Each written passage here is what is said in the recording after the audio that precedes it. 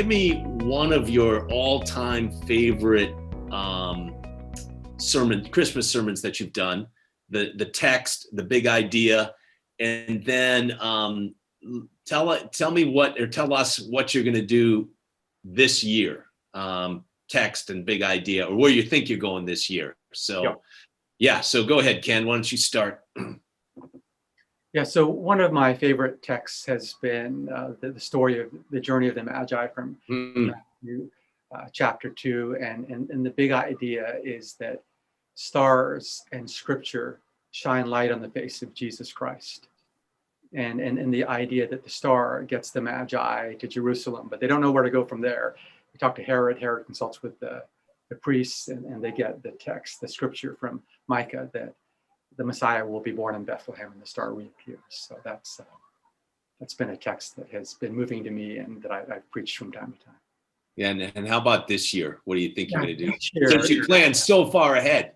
Right. I haven't planned that quite that far ahead, but for Christmas Eve, well, in terms of the overall thrust of the Advent series, Matt, you've talked about. Yes, right. During COVID, and I know you've also preached really well on Jeremiah and living in exile, and that's inspired me. So the guiding theme will come from Isaiah 43:19. Behold, I will do a new thing. Behold, I will do a new thing. And the Israelites are living in a kind of occupation in Palestine in the first century.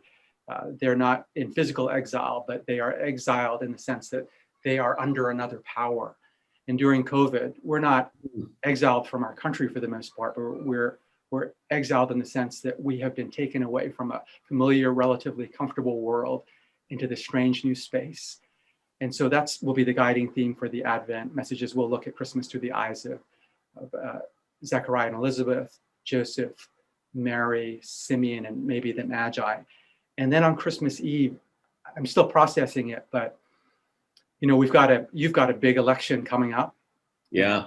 We'll feel that in Canada, and Anthony will probably feel that in England. And so I think I'll touch on our experience in exile, but I also might draw on the slaughter of the innocents from the Gospel of Matthew. That text isn't quoted very much on Christmas Eve, but why does Matthew include it? Well, he's living in a time where they've got a very unstable king who orders the slaughter of the innocents in Bethlehem. That's completely in his character. Here's a king who has ordered the murder of his own sons, his wife.